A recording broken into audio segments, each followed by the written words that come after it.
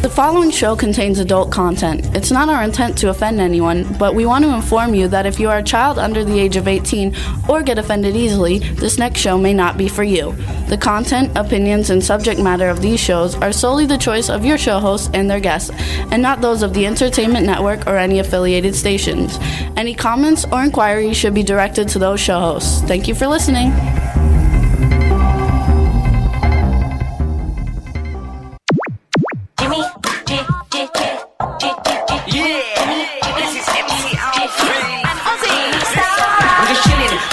Sitting down and designing, where every man never thinking, what are we gonna be wearing? Yo, I'm a Liverpool MC, you can't test me. Big up the girls inside the party, let's get down to crazy Jimmy. Big up myself and known as Alfie, the one and only, the Turkish MC. Always love the clothes of Jimmy. Bitch, I'm your wanna be, Jimmy Star, new celebrity. We'll take you out. Hey, what's up, everybody? Welcome to the Jimmy Star Show with Ron Russell, bringing you the best in music, fashion, pop culture, and entertainment. Oof, lost my breath on that one. What's up? It's so hot. I can't even stand it. But what's up, everybody? We hope everybody's having a good day. Before we get started, let me first introduce and say hello to my cool, outrageous man about town co-host, Mr. Ron Russell. Hello, everyone.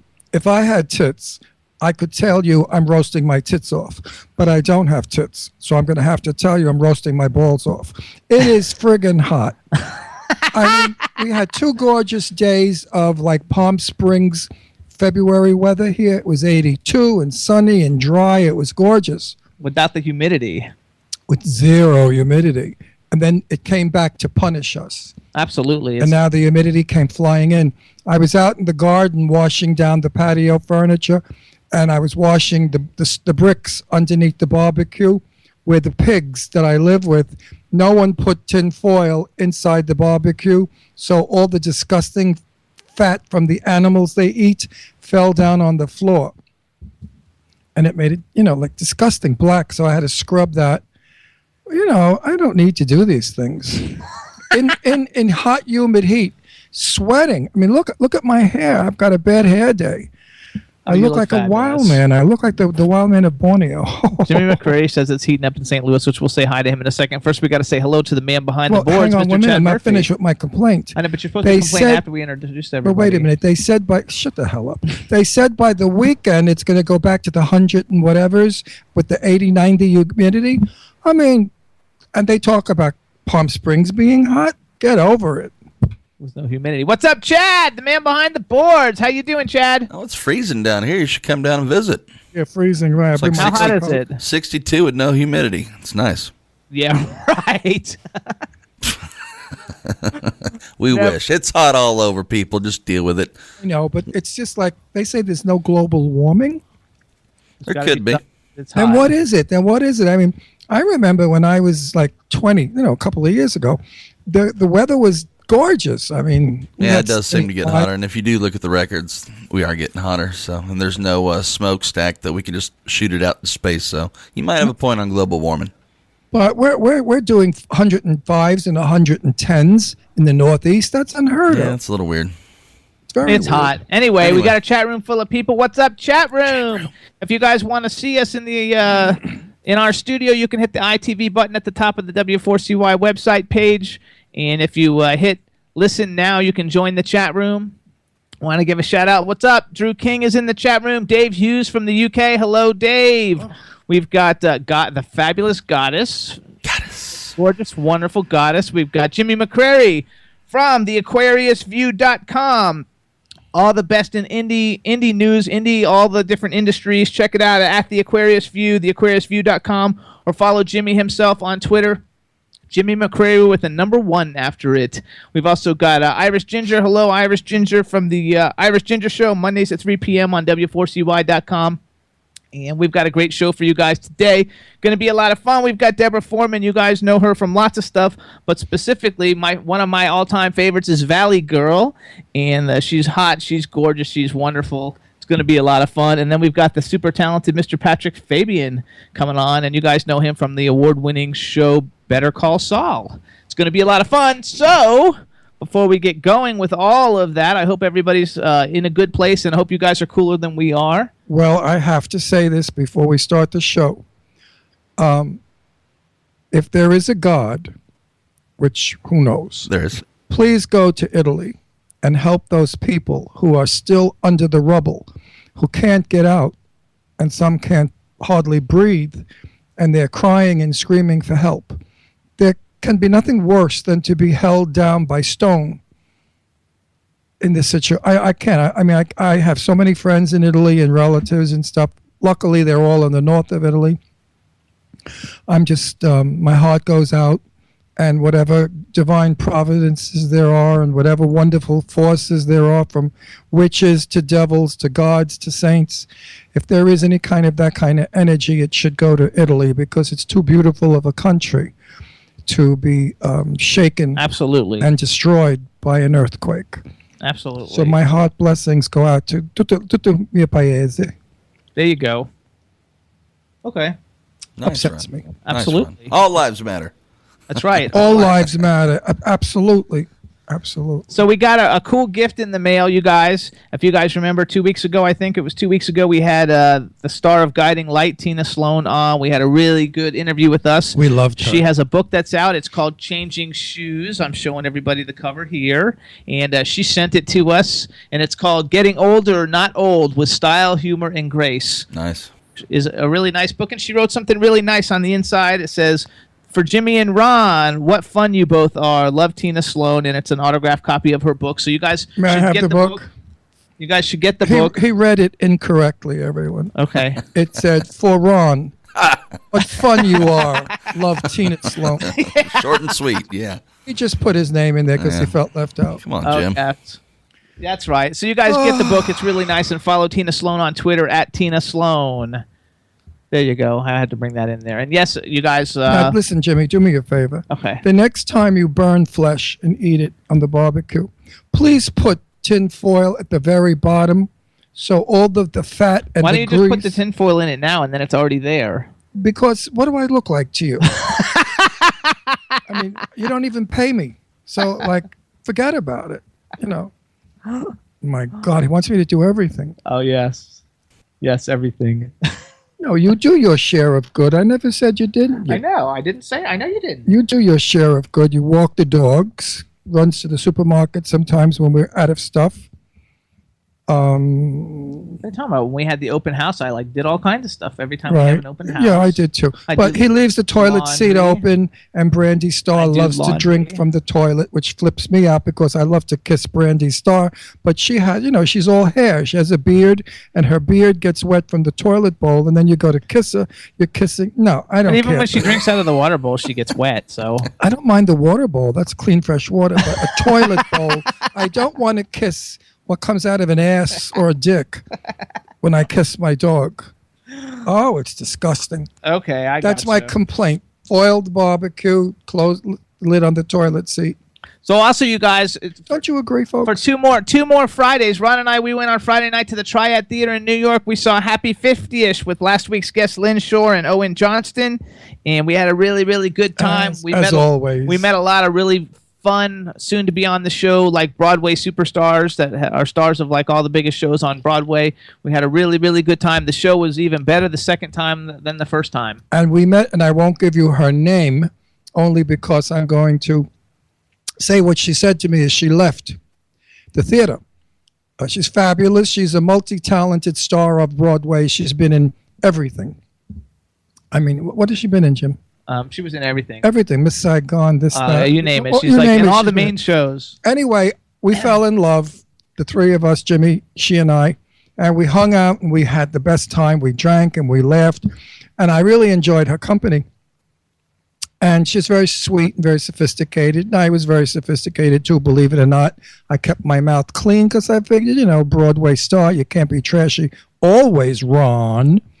And when she was leaving, we were still in the theater. I said, we're going to a party around the corner. One of Lynn's friends is doing an after-theater party. Won't you come with us? Please come with us. She said, oh, no. She said, I can't. I said, why? Stay with us. She said, no, I have to go home and fuck my husband.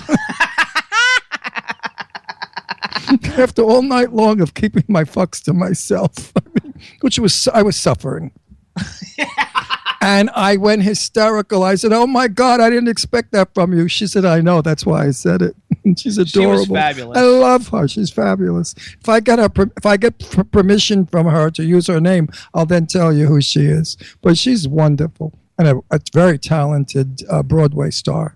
Absolutely. So we had a really, really good time, and the show's playing at the Triad Theater 2 more times. You guys, it's this Friday night and next Friday night. Again, the name of the show is Happy 50ish, and you can go get tickets. You can go to happy50ishmusical.com, I think is what it is. Is that right? And yeah, happy50ishmusical.com, and you can use the code Jimmy, and you'll get 50% off the ticket. If you use the code Ron, you get 60% off. No, you don't. You don't get anything You because don't. it's to be Shut Jimmy. up. Anyway, he added new stuff to the musical, and it's a riot. He also flattered me by using a joke that I created a long time ago when I said I don't know how to, use Twitter, which is Twitter, of course, being cute. And there it was in the musical. He said, oh, whatever it was, and I don't know how to twat or twit or something. So I thought, when they steal something, it's flattery. But with Lynn, it's okay. He can have that joke. That joke went out like wildfire. Everybody started doing twatting instead of twitting. But vulgar is what the world is made of. No, it was fabulous. So we had a really good time, and we enjoyed it. And we've got a busy social agenda this weekend. Friday night, we're going to go see the Sharon Leah Band. You guys can see them on Friday at the Hard Rock Cafe in Philly. We're going to be there. And Saturday night, we're going to be at the Wells Fargo Center for the Freestyle Explosion, all the biggest freestyle acts from like the 80s and early 90s. And it's getting headlined by Expose, of which we had Joya Bruna on last week. And we love Expose and all the other bands that are going to be there. It's going to be a lot of fun. So if you're in the Philly area, get tickets and go. It'll be a lot of fun. It's going to be Stevie B, Lisa, Lil Susie, Cover Girls, Jody Watley, Nocera, Connie, Stacy Q, Noel. A lot of great performers, and it's going to be a fun night. So hopefully you guys will go and see it, and we'll be talking about it next week on the show. And if it means anything to you, or if it's a big deal, you'll meet Jimmy and I. Whoa, how exciting is that? Anyway, we'll be nice to you. Very exciting. We will be very nice to you also. Absolutely. We may even video you a little bit. Yeah. And show you on the show so you go out to millions of people. How do you like that? That's right. I'm weird today. Today I feel crazy. Why do I feel like I'm on drugs and I'm not? Jimmy, do you think I should take some drugs to straighten out? No? No, Goddess is saying how funny that we listened to freestyle. Goddess, that was like my music of when I was out clubbing in the 80s, when I got out of high school and college, that was all we listened to back in that time period. So like it was awesome. And we've had we've had a few really great freestyle artists on the show. How things change. In my time, freestyle was...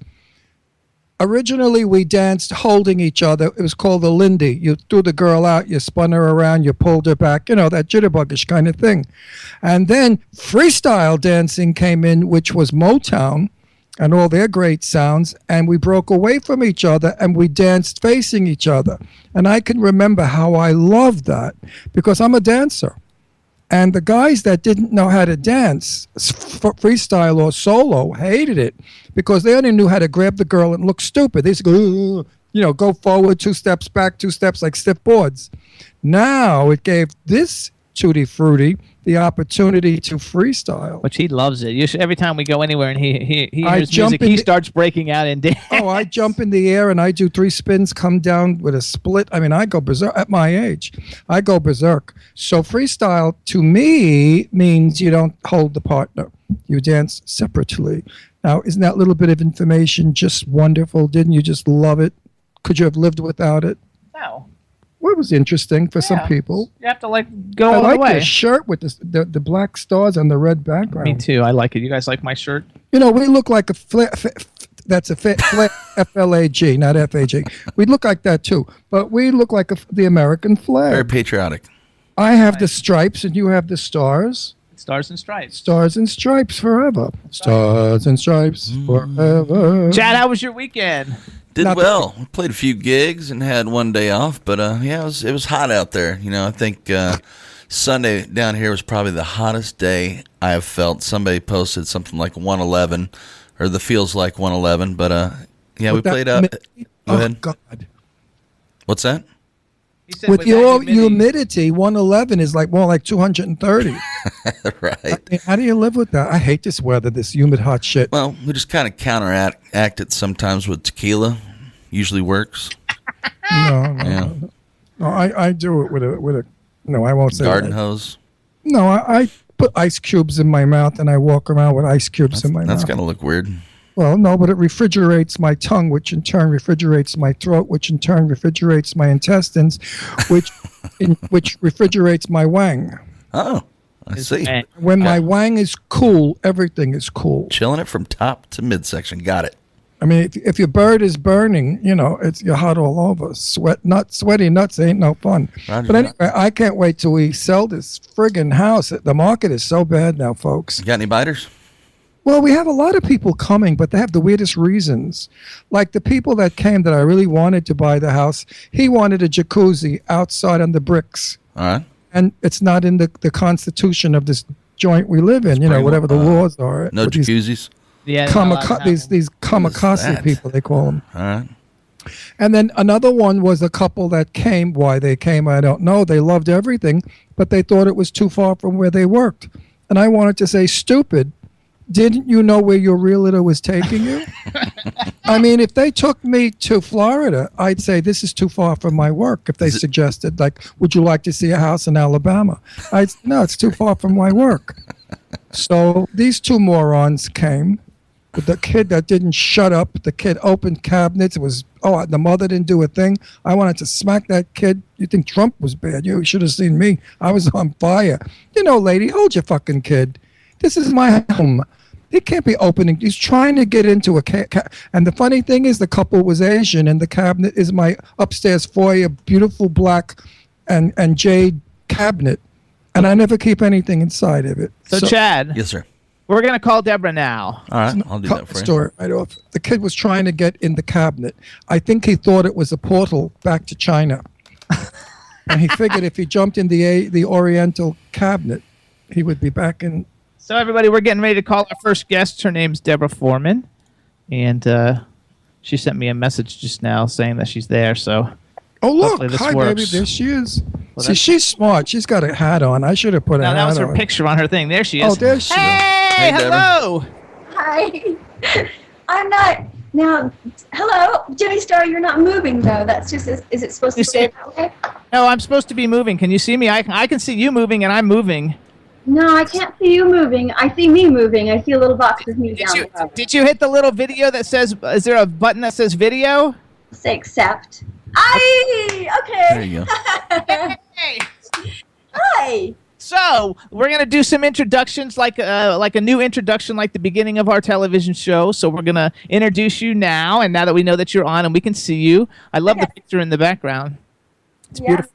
All right, so here we go. 1, 2, 3. Hello, everybody. Now we want to welcome to the Jimmy Star Show the fabulously talented and super gorgeous Deborah Foreman. Hello, and welcome to the show. Hi. Thank you for having me. It's so much fun. So before we get started, let me introduce you first to my super cool, outrageous man about town co-host, Mr. Ron Russell. He lies a lot. You sound like a little girl. You're so sweet. I sound like a little. That's not okay. So let me be using my deeper voice now. Oh, you sound like a girl. If I didn't see you, I would think you were a girl. She is a girl. I am a girl. She's a young lady. I said girl. Meaning Like you know 10, my 12 years old. Oh, no. Listen to her. I bet you she could do Baby Snooks. Listen to her. Not that anybody knows who Baby Snooks is. Maybe because you know my age of 53, so you're assuming I should act like a 53-year-old? How old are you? I'm 53. Go away. Okay, goodbye. You know, it's fun to do Skype. You kind of can you can play, can't you? Yeah, absolutely. Hey, doggy. Give me the name of your equipment, your camera equipment. Yeah, 'cause he wants to know what kind of camera equipment you have that makes you look so fabulous so he can have it, too. Look at it. No, I don't have. It's just my laptop. Bing. You're so girl-like. I'm fascinated by her already. Okay. She's girl-like. She's not like old womanish. That's good. Oh, I don't usually bring old womanish people on the show. No, but some women at 50 are old women. You know that. Look, I'm 76. Some men at Wow. oh sure, I'm another one like you. Some people at 76 are horrible. They're just like old. You're amazing. I love. Okay, I love hold on. We have people to like introduce you around. Okay, first we have the man behind the boards, Mr. Chad Murphy. Deborah is amazing. Welcome to the show. Jim, Hello. Good to have you. You can't see him. He's not on camera. You can just hear him. He's like behind the scenes. And then we have a chat room full of people. So say hello to everybody in the chat room. Hi, chat room. So I want you to know too, because I have a lot of people on Twitter that follow me, and when we did the promo that you were coming on the show, I'm not kidding you, because we have everybody who comes on the show has a pretty great resume, just like you do. But never have I ever gotten so many tweets and people like private messaging me. Oh my God, I can't believe you have Deborah Foreman. She's like so hot. Like she was my favorite when in the 80s she was like the hottest girl on the planet and all this stuff. She's still hot. I know she's still hot, but like, you have some fan base, I have to tell you, because like never do I get that, and we have a lot of pretty popular people, but never do I get like the fact that they were popular and like the hottest thing like ever. So I even got emails like, oh my gosh, like this, what does she look like now? And I was like, I just look at her online, Google her, you can see what she looks like. She was gorgeous then, she's gorgeous now. What are you asking me for? Like, people are crazy, but you have like crazy like supportive fans who really love everything that you've done. See, I write articles about people like you and I, because my dearest friend Perry Winkler just turned 95, and she wears fishnet stockings and high heels and short skirts and does not look stupid or ridiculous or like Norma Desmond. She looks 50. This woman has genes and she's gorgeous. Now, I tell people the reason and the how is think positive. This woman doesn't have one negative thought in her body. She eats well, she rests well, she exercises, and she's never been in a hospital, had a surgery, except for 2 children. And it's amazing. So look at you, look at me. We are really phenomenal people. And he doesn't include me in that because I look old for my age. No, Jimmy's still young. Jimmy's only 51, and men don't show only it. 53. Yeah, women go faster than men, Jim. Oh, do they? Yes, most certainly. Do you think certainly. women go faster than men? Absolutely. Age faster? Yes, absolutely. I think it depends on if you've been, this is going to sound really crazy, but if you've raised kids and got married and you did everything that you were supposed to do in your 30s and 40s, I think you do age faster. I'm a late bloomer. So even though I did stuff in my 20s, I still feel that I've got so much more to do. But I didn't do those things. I didn't get married, I didn't have kids. I didn't have like that one career that I had to like wrap my brain around. I had many. I've done a lot of things in my life so far. And there's more to come. There's just way more to come. Well, that's what counts. It's the joie de vivre. That's what keeps us going. Look at me, 76. I'm still working. It's retarded. I mean, curiosity. It's curiosity. You still want to learn. There's just a happy, I think Goldie Hawn went on some shows at one time and she said people are born with a happy gene. I think I was. And my mom and I have discussed it too, because she was taught, because, a lot's been going on in my life recently about the 80s in the sand and this sort of resurgence of 80s. And I was talking to her recently, and she said even as a child I was super positive. So it's in me. I don't have to pull it out and I become that. It's in my DNA. Did you ever have in your lifetime a doubt about anything? I never did. No.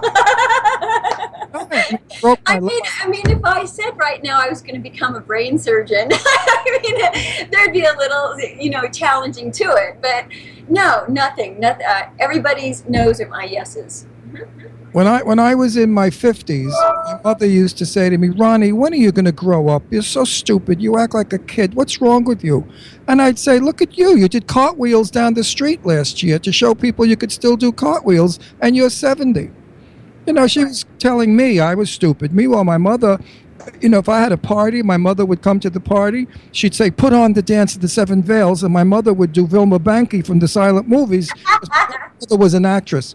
And she would do the Dance of the Seven Veils for my friends. I mean, she was crazier than anybody. Right. So it's what the mind tells you. Mm-hmm. I don't know age.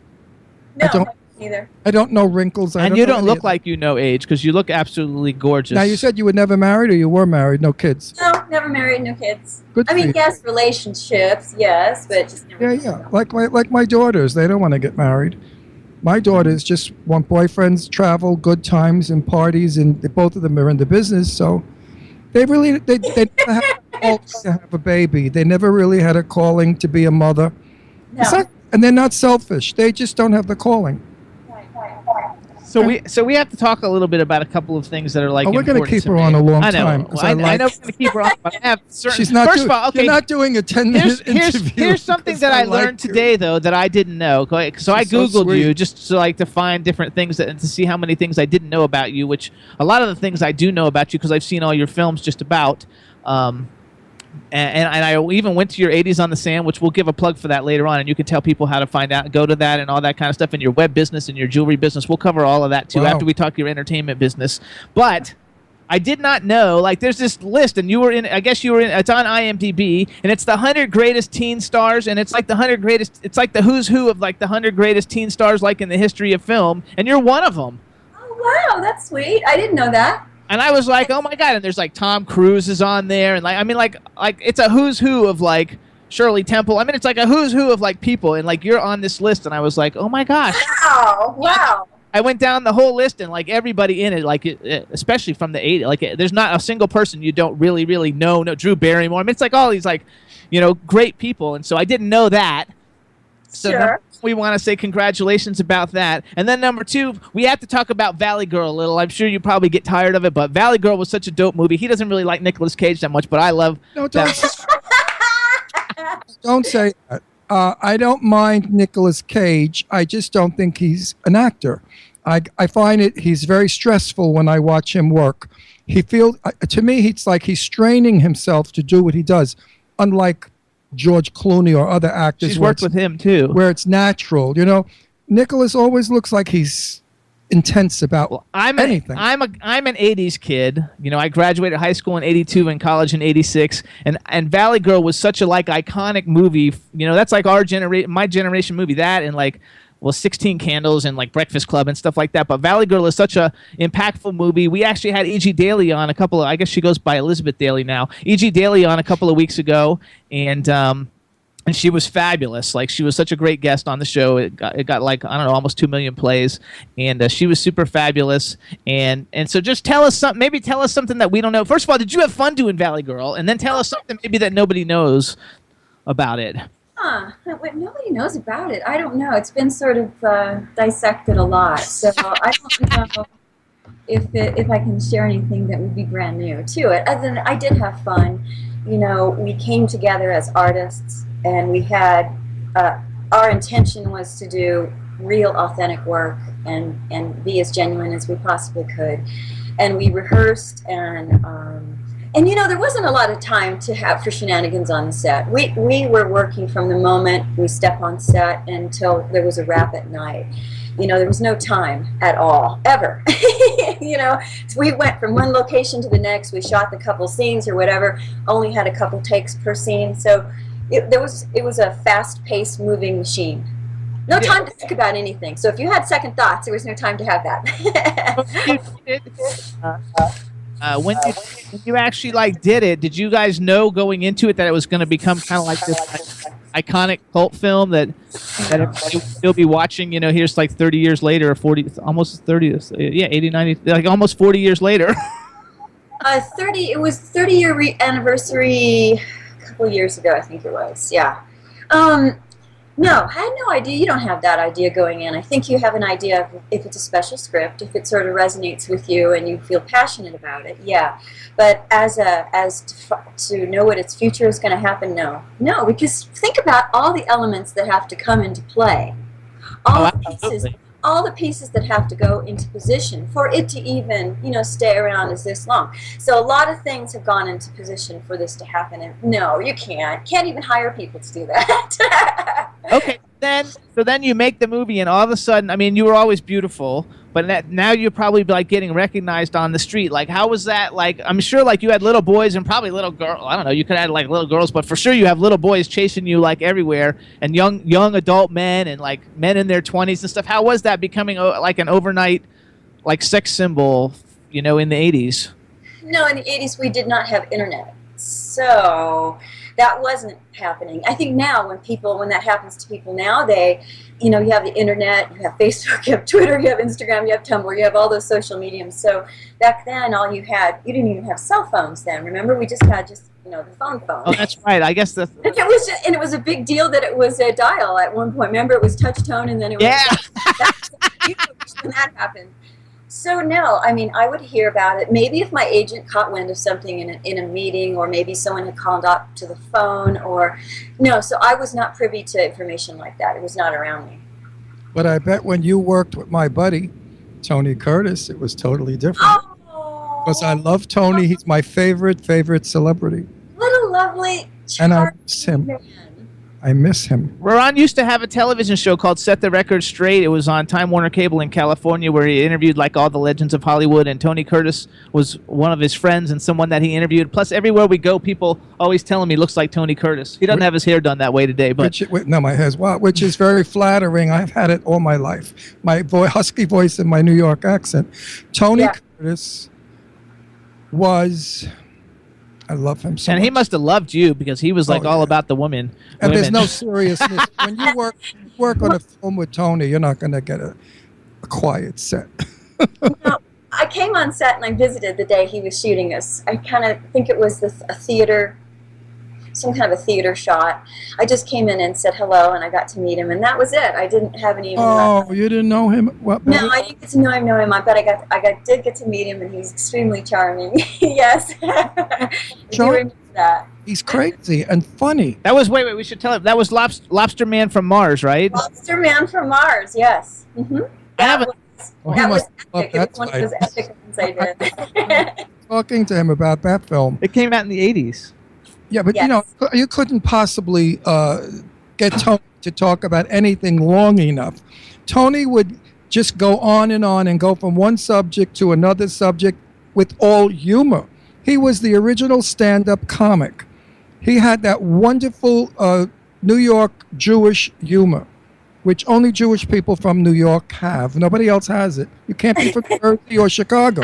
You got to be from the Bronx or Brooklyn, like where I'm from. He had, no matter what you said, he came back with a sentence that was hilarious. I love the man. Loved him. We were supposed to do a big interview. And he said, Ron, I'm going to London to do the book review, because he had just written the book. And he fell ill in England. And then I was going to Vegas. I spoke with his wife, and I was going to go to Vegas to see him, but he passed away. And it was a great loss, because I never got the stories that Tony Curtis had on film. Oh. It would have been a documentary. I mean, what he said about Marilyn Monroe and all the stars.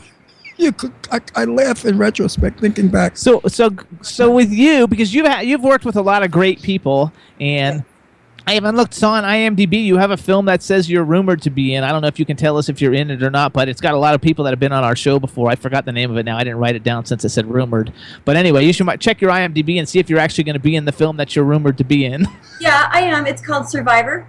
Yes. Okay. It's got fun people. It's all the final girls that were final girls from the 80s until now, pretty much. So it's going to be a horror film, but it's going to be all the, like myself, and I think you saw the other ladies listed. A script is in the works. William Butler is behind it, who's a wonderful man, and we'll see what happens. I'm rumored, and that's all it is right now, is a rumor. Okay, well, so, because I'm a big how do you say horror?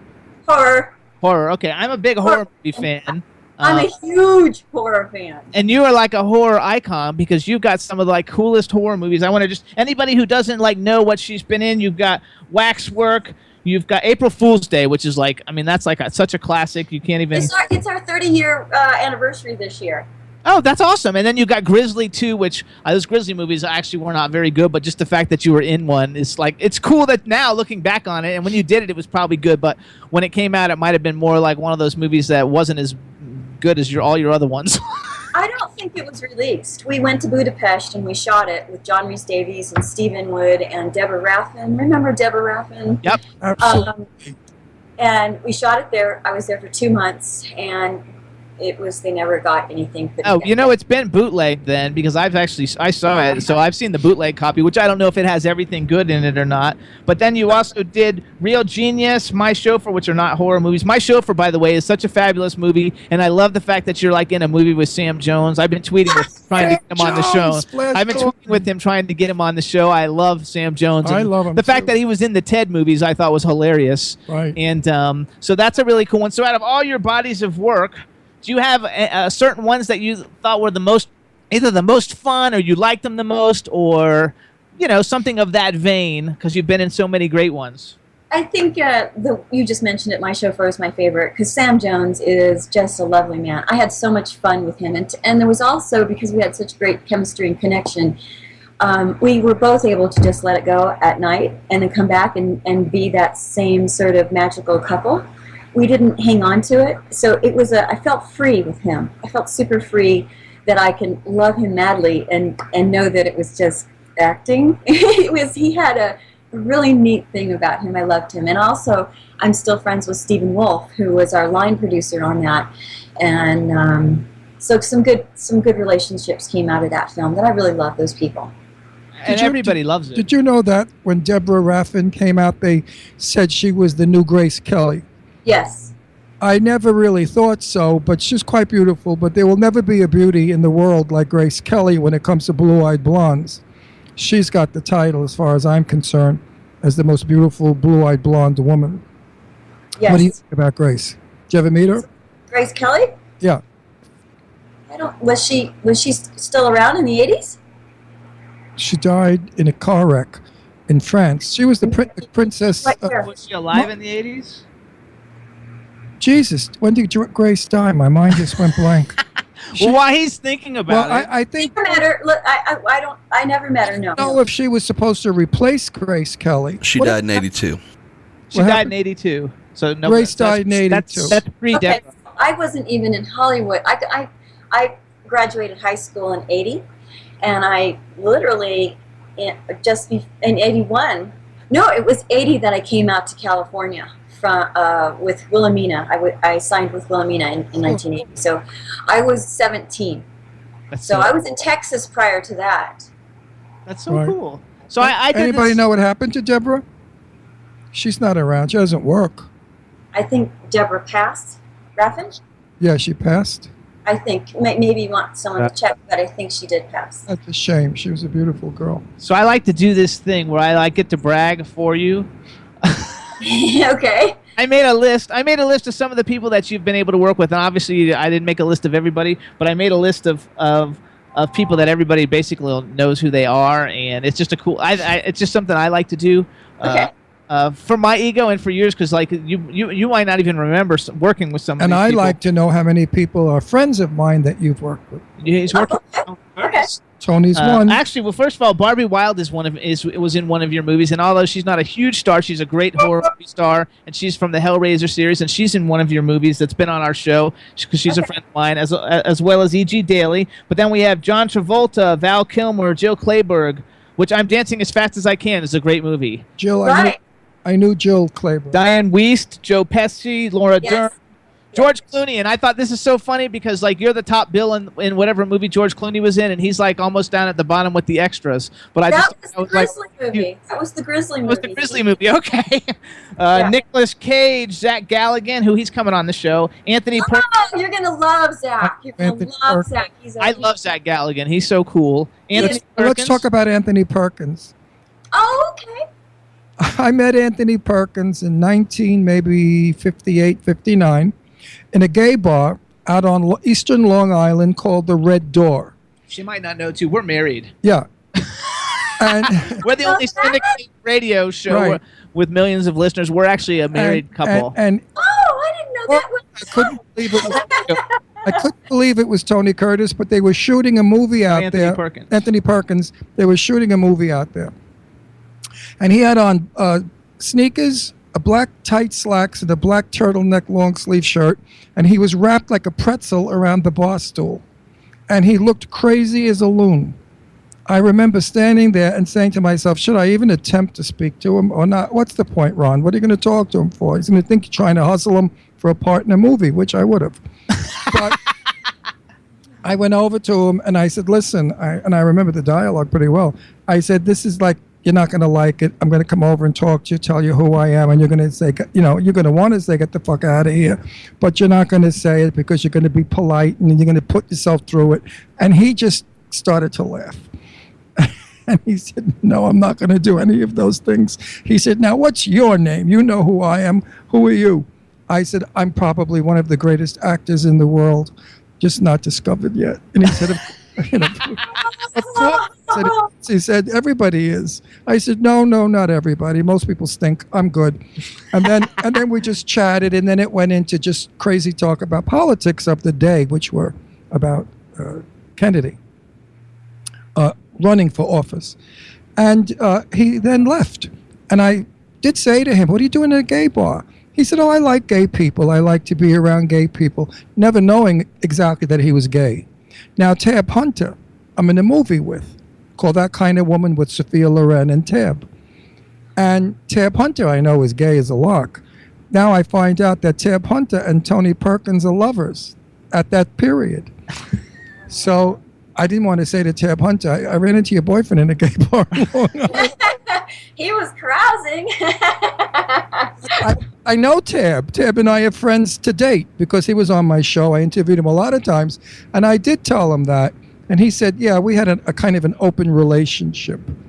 Listen, all right, so wait, we're going to keep bragging. So we got Anthony Perkins. Then we go Gina Gershon, Ed Lauder. I love Ed Lauder. He used to freak me out, but like he's got like such great like movies that he like Young Blood and like what's the Longest Yard. I don't know. He's got such great movies. Like, and I noticed he's on Twitter now. He's fabulous. Adam Baldwin. That's from 315, I think, right? Which is like a great movie. Great like kids bully, gangy, fighty movie.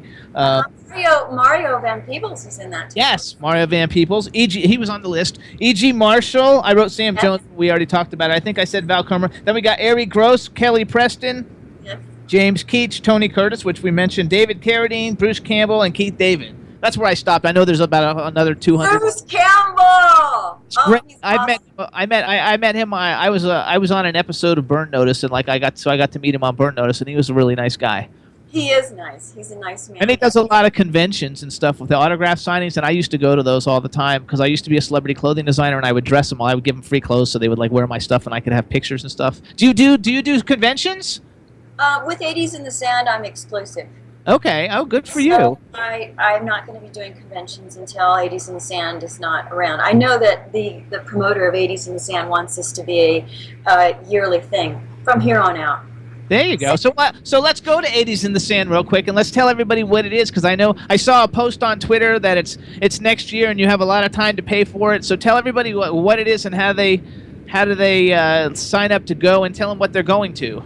Okay, so 80s in the Sand is a wow. It's huge is what it is. It's an authentic 80s experience, music and movies and more. And we have 80s hosts who are Richard Blade, Nina Blackwood, Downtown Julie Brown. We have so far. Brown. It's me on Twitter. She's fabulous. My God, I haven't seen Julie, and she's still bouncing that crazy bitch. She's not serious. Yeah, she's So awesome. Doing wonderful. I just actually met her for the first time in person a couple weeks ago. I met her about 30, 40 years ago. And then actors, so far these are the actors: Anthony Michael Hall, myself, Deborah Foreman, and Diane Franklin. Now we do have more that we will be announcing. They're holding off a little bit. And then the lineup. Fabulous. We've had him on this show, and like he's worn a bunch of my clothes. He's one of the celebrities that I gave clothes to, so I could like get pictures of him wearing my stuff. He's the coolest guy. And 16 Candles and Breakfast Club are like two of the like greatest 80s movies like ever made. Right. I agree with that. So he's going to be there. Then our music lineup so far is Loverboy, Starship, featuring Mickey Thomas. We have Howard Jones. We have Winger. We have Jody Watley, Shalimar Reloaded. We have the Motels, the Smithereens, New Shoes, Stacy Q. We have, who am I missing? I know I'm missing someone. We're going to see Stacy Q Saturday night here in Pennsylvania at a Freestyle Explosion. Yeah. Hello? You guys should try to get Expose. I'm really good friends with Expose. We're going to see them Saturday. That's why we're going to the Freestyle Explosion. But Expose is fantastic. I don't know. Do you know who Expose is? No, say some songs. What songs? Point of No Return. That funny? I can't think. They had the theme song. They had the theme song for Free Willy. Joya Bruno is the best. They're the number one selling girl group of all time up until Destiny's Child. They sold they have 8 number one hits. You would know them. It's Point of No Return, Exposed to Love. Anyway, write down Expose and just look them up. Expose, okay. I can give you contact if you want them. And we've had New Shoes on the show, and Shalimar Reloaded is on the record label that I work for. And cool. Stacy Q we're going to see Saturday. Noel has been on the show. He's one of those 80s guys who did Silent Morning. And Winger, I think, follows me on Twitter. I mean, that's a great lineup. So people are going to go. It's like a 3-day weekend, or how long does this Okay, so it's going to take place in Punta Cana, Dominican Republic, at the Breathless Resort and Spa on November 11th through the 18th, 2017. So it's going to be 5 days. It's going to be 7 nights that you're there. But the concerts are 5 days and 5 nights and 4 days of concerts, and then they're going to be putting the movies in there too. I think Valley Girl is opening it on a Saturday night. Yay! We're going to do Q&A and Valley Girl, and then we're going to go to the party. So that's going to open up the 80s in the Sand party at Punta Cana. I can't even believe that's going to happen. I can't wait to go. Can't wait. I'm packed already. How do people get tickets for this? Where do they go? They go to 80sinthesand.com. And it's 80 like an 80s in the sand.com. Okay. Sand.com. And they have 2 different phone numbers too, because right now we're doing a promotional where you can get 12 months to pay. So right now that is a specific promotional for this month. The next they're going to add another promotional on top of that one. But if you want specifics, you can just call them on the phone and the people that are working at 80s in the Sand are really accommodating. So are you banging the table every time you talk? Oh, now you disappeared. There you go. Oh no, it's not. You were going down like this, and I heard a little thump every time. I just didn't want the thump to come through. Okay, I'll stop my thumping. I know you're excited. I can see your passion for it. So everybody, you can follow Deborah Foreman on Twitter, because I know she's got a link to 80s in the Sand, I'm pretty sure, on her Twitter, and it's at Deborah Foreman. But you spell Deborah Deborah, and then Foreman is Foreman. So follow her on Twitter, and you can get more information. Doesn't Deborah Carr spell her name Deborah the same way? Yes. Deborah. I think so. Yeah. Okay. Love her. Then you have a jewelry line. Jewelry line's on hold right now because I'm so busy with 80s in the Sand. Not only am I the celebrity guest, but I also made the website, and I'm their social marketer. So I'm so busy right now that I put my jewelry on hold. I'm looking at it right now. It's still there. It's just on hold temporarily. I am still making my website. So yes, when people want websites, I'm still available to do that right now. Where do they go for that? Do they go to DeborahForeman.net? Okay, DeborahForeman.net, you guys, is her Twitter, and DeborahForeman.net is her website. At Deborah Foreman is her Twitter, and she's young and beautiful. I love how you've kept your fabulous looks. People are just dying. Even in the chat room, they're talking about they'll marry you and all kinds of stuff. So at this point, I don't think so. A stage in life. Hey, you never know. Marriage is something you do when you're hot, young, and stupid. He's saying that, but we got married 4 years ago, and neither one of us are young. I'm young, hot, and stupid. Nice. I got married because it's the thing to do. Not that he actually likes me. Old-fashioned. Yes, he's old-fashioned. I really married him for his money. This way, if he dies, I get all his money. Listen to him. I mean, if you saw the zeros in his bank book, and they're all zeros. Yeah, they're all zeros, like zero. I was just going to say, can I marry you too? He lied to me. He said he was worth $44 million. And I thought, okay, this is worth a chance. Yeah. And then I read him. He said, I really wasn't telling you the truth. I've got 44 cents. That's not true. I met him and I fell in love with him because he's a wonderful person. And I had a 43-year relationship. So I'm a marrying guy. And my partner then died of pancreatic cancer. And it took me a long time to find Jimmy, and I was particular. And I said, I've had the best, and I'm not settling for some whack job jerk off. And I got the best. And that's what she would do, I'm sure. I'm sure. Absolutely. I'm sure. But I think she's so self-contained in a fabulous place that she doesn't want to take a chance and she's going to meet pollute somebody it. really cool And at 80s. pollute it, right? She's going to go to 80s in the Sand, and she's going to meet some fabulous. No, she doesn't need to be. You know, person. sometimes Just a date. I don't need to get sometimes married. a partner, Just date. sometimes a partner can pollute what you've created. Am I right? Yes.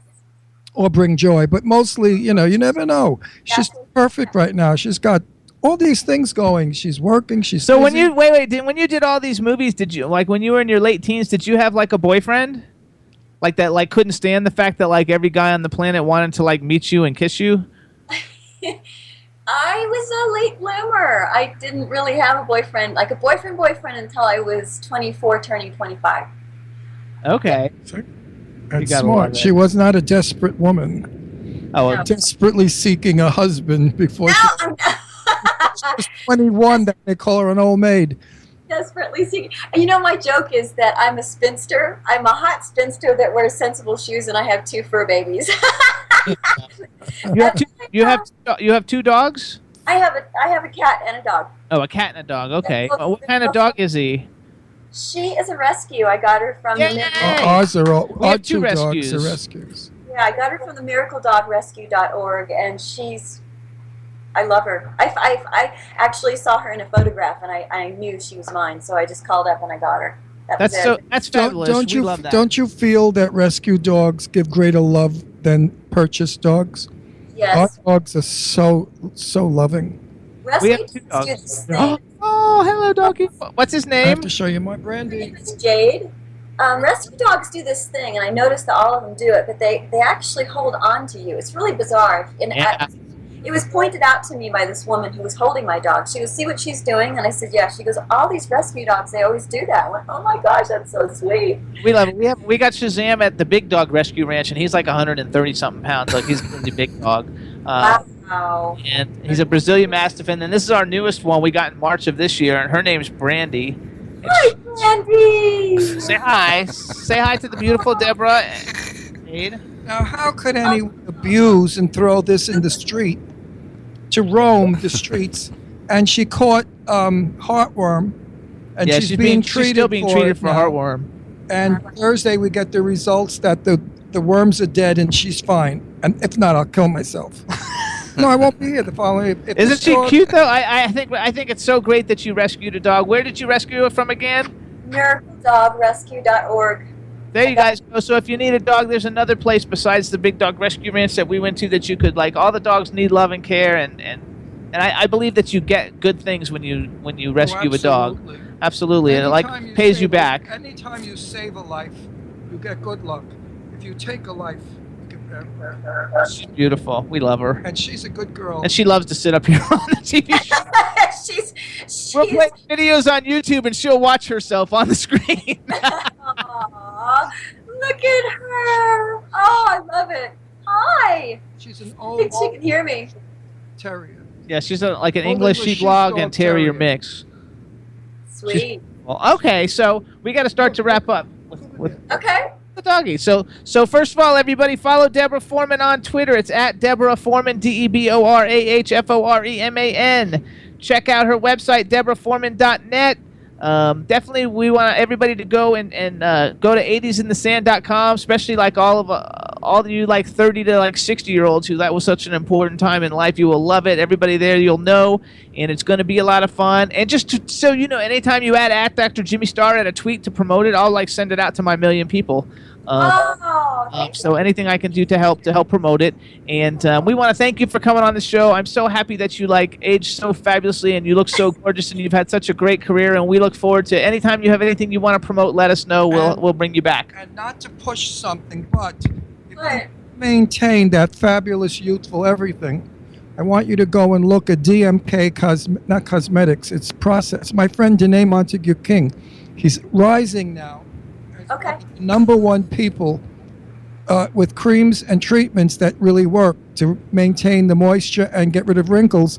Plus, he's got some other crap that they shoot in you or something, and it stops Don't you do the shooting stuff. from aging. I've been using his It's products for DMK years. International, I think. You can I've been Google using it. his products Google for and years. also Google Expose. Google Expose and see what. Because Expose, you'll know every song. They're like so fabulous, and they have the ballad from the Free Willy soundtrack that was a #1 hit. They have a lot of great hits, and I can like put you in contact with them directly since. Because you I talk got to to 'em work every at day. staying young looking. It doesn't happen, doesn't come naturally. It does come. Look No, how no, no. gorgeous. But let it. Do Listen, you work out a lot? Every day. Okay. she's in her early 50s. When she gets to be my age, at 76, you could wake up one morning and look like Norma Desmond or somebody else, or a mummy. What? It happens overnight. I was very good friends with my best friend was Jane Russell, the movie star. Okay, and Jane stayed at my house millions of times. In the morning, she'd wake up, and I'd look at her. I'd say, "Russell, what the hell do you do to look so great?" 89 years old. She woke up looking like a young woman, and it was because she took 1 million vitamin pills and stuff. She died from a heart thing. If it wasn't for her heart, she'd have been alive today. But she maintained it. She exercised. Also, she had her makeup tattooed on. Did you know that? Oh, you didn't know, Jane. You weren't around. No, I wasn't around. Yeah, then. she had her eye makeup tattooed and her lipstick. But she was gorgeous. Anyway. 89. Okay, so hold on one more time. All right, everybody. Okay. We want to thank Deborah Foreman for coming on the show. Please Deborah, follow her wait, on. wait, where are you? Where do you live? Big Bear Lake. Oh, you're Nice. kidding. We're moving back to California. Yeah, we're moving to Palm Springs. And we go up to. Oh my gosh, you're moving to Palm Springs. Yeah, you're going to be close. Yes. You got to come down, visit us. We'll visit you. I'm looking up in Big Bear for a winter house. Okay, well, get in touch with me, and I'm happy to help you out. Yeah, because the real estate is not Show you- big up there. Right. Oh my gosh, you're going to get something exquisite if you start shopping right now. Yes, because I mean, if you go for 300,000, you can get a great house. you could get a gorgeous place for that. So you know what the problem is? Jimmy doesn't like to ride up. He's terrified of those cliffy roads. Do you go down a lot? No, I don't. But if you go the back way, it's not as windy. It is windy. I've heard that from a lot of people. They get sick. They get sick But coming. the back way is how I go. I go up and down through Palm Springs. Yeah, in the back way, it's easier because you're not going to get as sick and it's not as windy. It's beautiful. The back way is prettier, actually. So you I'd could come love to live in Big Bear more than Palm Springs. Do you Palm have? Springs Do too you hot. have? Do you have like stores and stuff up there, or do you have No, to no, go no. down She to- shoots animals and she. No, I'm asking. No, No, there's because where's the other place we went? She sews her own Where's the other clothes. place that we went? I don't- Where's the other? Yes, my bathroom is We up. went. We went to Idlewild, and there's a grocery store and an ice cream shop. Like you can't live in Idlewild without having to go downtown, or go down the mountain. We have Kmart, and we have Vons, and we have Steak Brothers. We have Big Five. We have Okay. Big Bear is huge. Okay. I haven't. It's I hot. have to go and see. Okay. It's big. Listen, when I lived in Palm Springs, I was looking for a winter house because I couldn't deal with the summers. To be Why quite did you frank. wait? Why did you pick Big Bear out of all the places? There has been a family love since I was in my early 20s, and we used to come up here for holidays. And then my mom bought a house 10 years ago up here, and we were coming up here every single weekend. And then 5 years ago, I just decided I'm just going to move up here. So then everyone moved up here. My brother, my mom, my niece, my uncle, and my sister. We all live up here. We'll have to go It's to- clean. It's clean air, magnificently beautiful. Yes. Seasons, right? You get all the seasons? Beautifully priced. You can get a beautiful house that's not an arm and a leg, and the people are The great. Wi-Fi works good because we're not having any problems with the connection. You know, Mammoth bought People are out. really friendly that live there. Mammoth bought out Summit and Bear Mountain, so Mammoth now owns both of our big resorts. And since then, we've become even more popular up here. So you better get up here now because it's Well, look, okay, we will check Wait, it out. and you have Lake Arrowhead not far. on people up here. Yeah, it's I really love great. Then Okay. We're going to see you. We're going to call you seriously when we come up to Big Bear. And if you come down to Palm Springs, call us. I will. You guys are great. You guys We'd are love have to you over see you. for a We'd dinner love to party. see you. Okay, Anyway, everybody. Deborah, beautiful young girl. Thank you. It was nice. Thank you for Thank coming you so on much. our Anytime show. you want to promote anything, let us know. We'll bring you back. Everybody, Deborah Foreman, thank you so much. I know. Bye. Deborah, bye, sweetie. I'm telling you, we She make was more. nice. We make more friends on this show because we've got the sweetest people on our show. Why isn't like Trump and Clinton as sweet as these people? Why I are they don't know. Why are they so nasty? Chad, wasn't that nice? Yeah, it's funny. I did have a crush on her back in the Valley Girl days. Everybody had a crush. I'm not kidding you. I got like hundreds of people like sending me stuff. Some of them were sending me things that You were should have told us. super Was she a masturbation fantasy of yours? No, but I thought she was cute, for back in the 80s there. Big fag. When were you masturbating over a girl? I wasn't masturbating over. I used to masturbate over Tom Selleck. Right. Really? I knew Tom Selleck. Magnum, huh? Yeah, Tom Selleck. I won't get into it. Tom But anyway, That's funny. famous they said he had no meat, all potatoes. Oh. That's what they used to say about Tom. When I was growing up, my favorite people were Brian Brown, Tom Selleck, Gene Hackman. Who's the guy who was in Rich Man Poor Man? Peter Graves. No, not Peter Graves. No, he's O'Toole? not good looking. Who's the guy? I forgot. Peter Strauss. Peter Strauss And Richard Chamberlain. Those were like ones I know liked. Richard Chamberlain. They were like all fabulous. So let's take a quick music break, everybody. Chad, What are we getting into? why don't we do? Let's do the Win and Love You Learn to Hate, because we haven't played that in a long time. I knew Richard Chamberlain before he came out of the closet. There you go. Chad, do you have that one? We do. All right, everybody. This is Win and Love You Learn to Hate by superstar Sebastian Portillo. Enjoy. Do you remember our first words when we met each other for the first time? For me, it was too difficult to tell what I feel if we both would come together someday. But finally, we came together, and even if your heart wasn't always beating just for me, you took mine away, sending you to someone else, letting me still believe. Oh, that's when tears dry on scene. Oh, that's when love you learn to hate. Oh, that's when tears dry on scene. Oh, that's when love you learn to hate. First it was you that didn't want to get hurt, but then things changed and it was you that learned how to hurt. Oh, please don't say that only I've made the mistakes.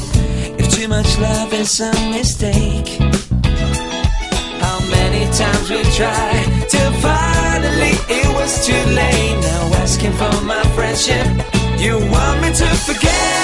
Oh, that's when tears dry on scene. Oh, that's when love you learn to hate. Oh, that's when tears dry on scene. Oh, that's when love you learn to hate. Ba-da-ba-ba-dow, ba-da-ba-ba-dow, ba-da-da-ba-da-ba-da-ba-bow, da-da-ba-da-bow, ba-da-ba-ba-dow, da-da-da-da-da-da-da-da-da-da-da-dow, da-da-da-da-da-ba-da-da-ba-da-da-ba-da-da.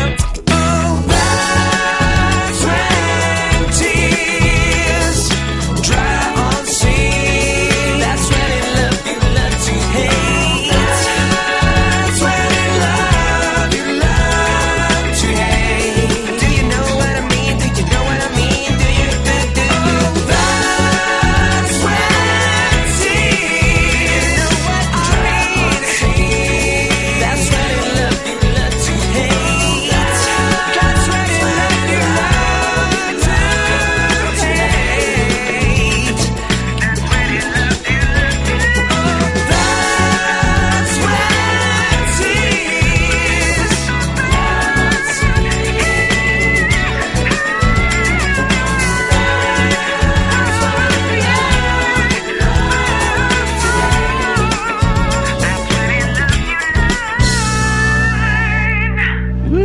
go. Hey, everybody. So that was Sebastian Portillo. The name of the song is When in Love You Learn to Hate. There you go. So now, everybody, we're going to move on to our next guest. And it's going to be a really good, fun one. So first, let me say hi and make sure he can hear us. Hey, Patrick, can you hear us? Yes, I can hear you. Can you hear me? Absolutely. Clearly, nice. Fantastic. Good. Okay, all right. So here we go. We're going to do an introduction now we can use it for the television show also. All right, everybody. Now we want to welcome to the Jimmy Star Show with Ron Russell, the super incredibly talented, super cool dude, Mr. Patrick Fabian. Hello and welcome to the show. Yay! Greetings from California. Things from sticky hot Northeast. Ugh. I'm sorry. Is it terrible? He's from Pittsburgh. Hot. He's from Pittsburgh. Forget we're about in it. we're near We're in Bucks County We're in now. Bucks County. Hot. I grew up in Harrisburg. Okay. Oh, we know Lily McLeod. She's from Lily, Harrisburg. yeah. Hot, humid, sticky, horrible, no air. Ugh. I remember. Before- I remember. I used to cut the grass. Mr. Schubeyer's lawn, 2 doors down from our house in August. That's when all of a sudden, whenever I cut his lawn, I'm like, I'm done. I'm out of here. He'd come out with scissors and say, no. What about over here? And he would get down on his hands and knees in that hot August awfulness and show me how badly a job I did on his lawn. So That's because he was one of the farmers from here. he could. You know what? He could have been. He did like bib overalls. So. Yeah. Hold on. We live in the farms. Let me introduce my co-host. This is our outrageous man about town, Mr. Ron Russell. Hey, Hi, Ron. nice to have you on. This is our dog, Brandy Star. And she Brandy. has to come up here and be a part of this show every week. It's a pain in the ass. Well, what are you going to do? I love her. I had doggies too. I know exactly what you're talking about. She looks like she's hot too. Yes, No, actually, we have the air conditioning on like 0, so it's cold in the studio. but she's been running around before the show. So we've got the man behind the boards, Mr. Chad Murphy. Hello, Patrick. Hey, Chad, how you doing? Doing well. Welcome to the show. Thank you, man. And we have a chat room full of people, so say hello to everybody in the chat room. Brandy, Hi, chat room people. Thanks for coming on board. There you go. You got to love it. All right, everybody. So this is Patrick Fabian. Number one, follow him on Twitter. We want to build up his Twitter following. He's at Patrick Fabian. It's PatrickFabian. And his website is patrickfabian.com. You have to get her off. What are you doing, Ron? No, she's great. Camera hog. That. I mean, she really is a camera hog, and then she'll go and like move it so it's like facing her more. And then we'll put the video up on Roku, and she'll like sit there and watch herself. But she's going to get Well, that. I can't deny. I can't say that I'm not like her. So, anytime I'm on Roku, I'm sitting there watching myself too. There you go. You got to like love it. You got to like. Oh, if you're on Roku, do you like music? Yes. Check out. It's a free channel. It's called Anthium TV. Anthium TV, and it's a like indie music video channel, kind of like MTV back in the day when like they actually played music videos. You actually play music videos. All music videos, and it's really like cool, and I help promote them, but also it's just. I will. We just hooked our Roku up, and I have to say I was resistant, and now I can't imagine anything else because it's so easy to go through. And your show's on Roku, right? Yep, our show's on Roku, the Jimmy Star Show with Ron Russell. You can add that, and our show's on Roku, and Anthium TV is on Roku, and pretty soon we're going to have a classic movie channel on Roku that you'll be able to get and watch all the like old movies from the 20s to the 80s. Patrick, do you have Netflix? I do have Netflix. Do me a favor. Don't do me a favor. Do yourself a favor. Go to High Strung. That's Michael Damian's movie, High Strung. High strung. It is fantastic. It's getting reviews like you can't It's believe. got 5 stars. Do you know who Michael Damian is? The soap opera actor, Michael Damian. He was on a soap opera too. He was on General Hospital. I got my first gig on General Hospital, as a matter of fact. One of the best days I had was when I was somebody died in Port Charles, and so they had to have a funeral, so everybody had to work that day. And so I sat there, and I still have a recipe for Alan Quartermain's roast chicken that I use all the time. Love it. We had Ian Buchanan on, who was Duke on General Hospital, and we had him on. Actually, that was like several months ago. What a great guy! But we've lately been doing a lot of cool soap opera people. We had Sean Kanan, and he was like the Karate Kid 3. He was like the bad kid in Karate Kid 3, but he's like I'm Bold and the Beautiful. And he's on all those soap operas. Soap opera work was great, man. It was one of my first gigs. I literally had to stop wait. I had to get somebody to cover my lunch shift when I was waiting tables in downtown LA, so I could go and play a waiter at the Outback Club for Luke and Laura. Just look how experienced you are. It was wonderful. You didn't have to rehearse. And you could do the same thing. Like if a guy leaves you a bad tip, you motherfucker, you could do that on your soap opera. They frowned on the motherfuckers on the soap opera, but they were more genteel back in '83. I don't know if you remember or not. Remember when we didn't curse on film? I remember all of that, yes. Now it's so in to curse. It's terrible. I went to University of Florida, and so I graduated in 1986. But I would skip class if I had a class at 3 o'clock every day of the week to go home and watch General Hospital in the dorm or in my house. Because you had to be there at 3 o'clock, otherwise you missed it. Yeah, it's not like you could do it now. Like you can just TiVo it or something and then see it or just go on like any channel and like rewatch all the reruns because they're out every day. But I used to love all the soap operas, and I think some of the soap opera stars that we've had on the show, some of them are still in soap operas, and some like you have gone out of soap operas and into new things. Oh, we had John Lindstrom is a good friend of ours too, and he's on. Yeah, he's back there again. He's like Laura's boyfriend. Oh yeah, and people cycle in and out of that all the time. It's a great trading ground, and it's a great gig. I mean, it's a 5-day-a-week gig. You work hard, but you get up by 5 or 6, and you can actually have a life and still be on TV, which is a really awesome thing. When you have to do 20 pages and you're live, you want to shoot yourself. Well, that's the crazy thing. I have to say, for anybody who thinks it's it's easy work or somehow is less than work, it is not. It is rough and it's tough, and if you don't have your shit together, you're out. Paul, if they offered me Patrick. I'm sorry. If they Paul's all right. Paul's a very good name. I like it. It's a P. If they offered me the starring lead in a soap opera, I would have to turn it down. Because I would read the first page, and then when it's time to do it, I don't remember lines anymore. And they told us too, like, because we had, I don't know who we had, Katie McLean or Crystal Chappelle, or I don't know, we had somebody on, and they said that how difficult it is, and that basically, like, if you can't do your lines, they just get rid of you because it's such a fast-paced environment that if you don't know your lines, they don't have time for you to, like, they don't have time. They don't hold your hand. It's not a babysitting job. No, not babysitting job. And also, if you notice, if somebody's like just brand new to the soap and they're getting them up to speed, but they're so young and beautiful that there's no way they're getting rid of them. What they'll do is they'll just cut away. They'll let the first line come out of their mouths, and they'll immediately cut to a reaction shot of the other person listening for like 30 seconds, and then they'll cut back to them to sort of finish the speech. You could cut it back. What's her name? Judith. What's Judith's last name? I lost names too. What's Judith's last name? Judith Chapman. Chapman. She's still working. You know who Judith Chapman is? I don't. No, she's from Young and the Restless, and he's General Hospital. She's the queen of soap operas. She's been on like 100 years, the same soap opera. From Y&R. Yes, no, I know who you're talking about. Yeah. Yeah, she still remembers her lines, and I said, Judith, how do you do it? She said, some people can, some people can't. And many soap opera people have left it because they just didn't remember lines anymore. Couldn't do anything. In terms of that sort of thing, James Spader has a great reputation as being somebody who has a capacity to like instantaneously get a script, see a page, and deliver it perfectly spot on. I hate those people. I love James Spader. That could do that.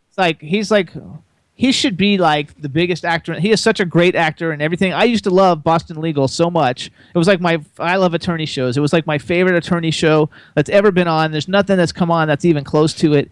Actually, you were on Boston Legal once, weren't you? Or no? Were you on ever? I did not get a chance to work with him, though, unfortunately. Okay. You've been on everything. First of all, everybody, we should tell you. I'm going to interrupt you. I know it's your show, but I want to tell one James Spader story quick. Tell it. Okay, and it's not a personal thing. This is an apocryphal story that's been passed around Hollywood. So, Thelma and Louise comes out, right? And so they're interviewing James Spader for something, and he says, "Oh yeah, fucking Brad Pitt. He ruined it for us all." And I'm like, "What do you mean? What do you mean Brad Pitt ruined it for you?" He goes, "We were staying up till 4 a.m. doing what you do at 4 a.m, having a grand old time. And then Brad Pitt had to go show us a 6-pack in Thelma and Louise. So we all had to put our cigarettes out, start drinking green juice, and going to the goddamn gym." You gotta love it. Okay, so I did this little thing. We're gonna talk about a whole bunch of different things. I got a whole things, and we're gonna kind of go to Better Call Saul later. Even though I know that's like the hottest thing on the planet right now. We'll talk about whatever you want.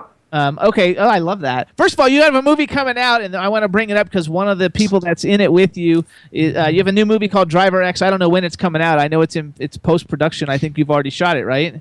We shot it. I just saw a screening of it last night, as a matter of fact. We are fine-tuning it and, hopefully getting it into some big festivals coming up this fall. So that's where we're at the moment with that. But it looks great.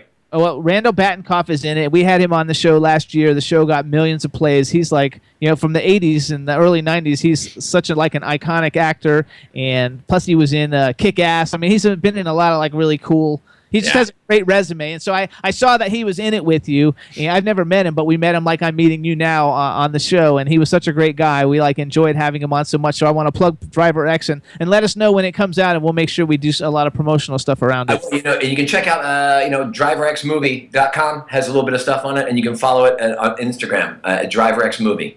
There you go. And I have to tell you, I had never seen Better Call Saul when I asked you to come on the show. I knew it was a popular show. I actually, because I'm into horror movies and stuff, and so I originally reached out to you because I loved The Last Exorcism, and you're the star of it. Oh, there's the picture right there in the back.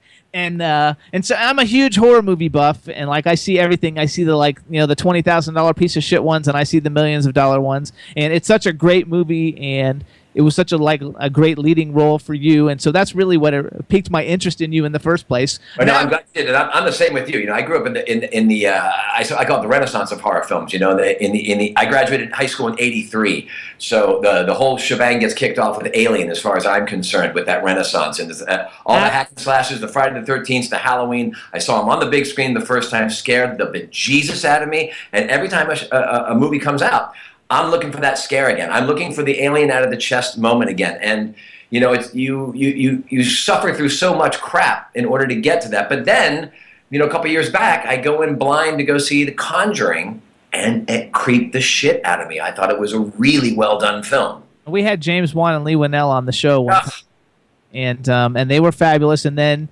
and then there's a new movie. Wait, go back. So what are some of your favorite horror movies?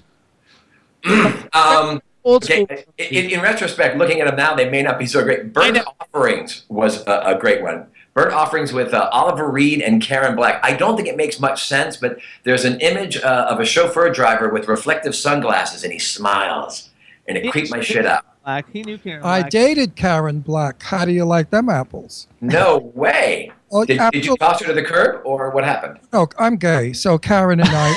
We're married. Yeah. Hey, congratulations. Thank you. Georgiana Heller, the famous producer of Irish movies and plays, was friends with her.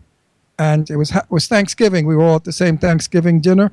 And Sharon and I became good friends, and she had to go somewhere the next week and needed a date. No, Karen, not Sharon. Karen. Today, I'm not myself. I don't know what's wrong.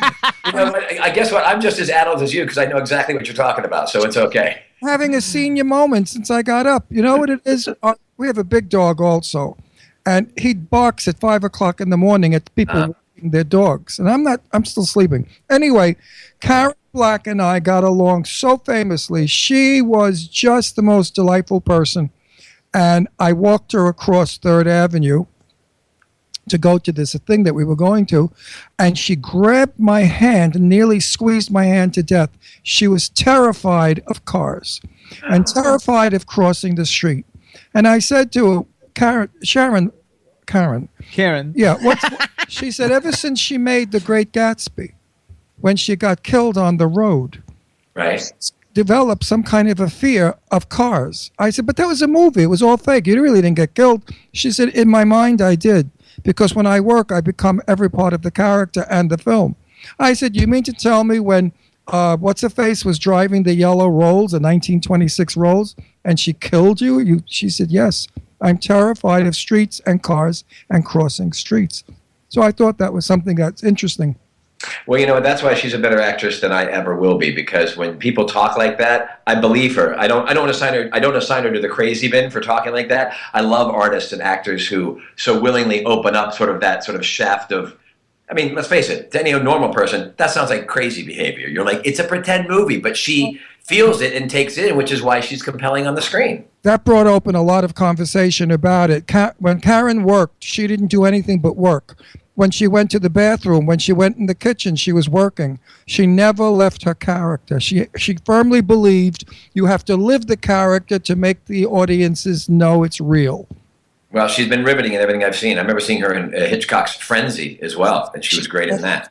She's passed away. She's fabulous. And Karen's a great loss. She's passed away. So with Aliens, we've had Lance Henriksen's actually a friend of mine, and he's been on the show. And do you know who Lance Henriksen is? Yeah, I did. I did Millennium. Okay, I did Millennium up in Vancouver with Charles Nelson Riley. Oh my gosh, I love Lance Henriksen like so much, and I love Charles Nelson Riley. And Millennium was such a great series. I freaking love it. And he makes Lance Henriksen makes it's like my prized possession. But he makes tiles of the alien monster, like ceramic tiles.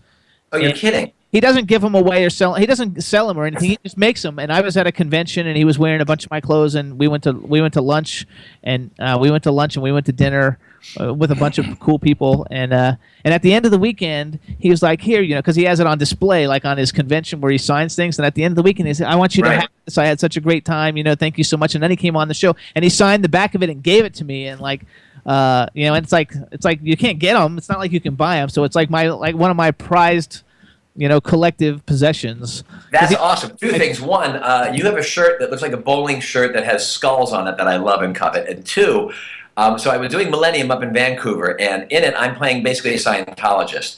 And I get fried to death by holding on to what is basically an E-meter.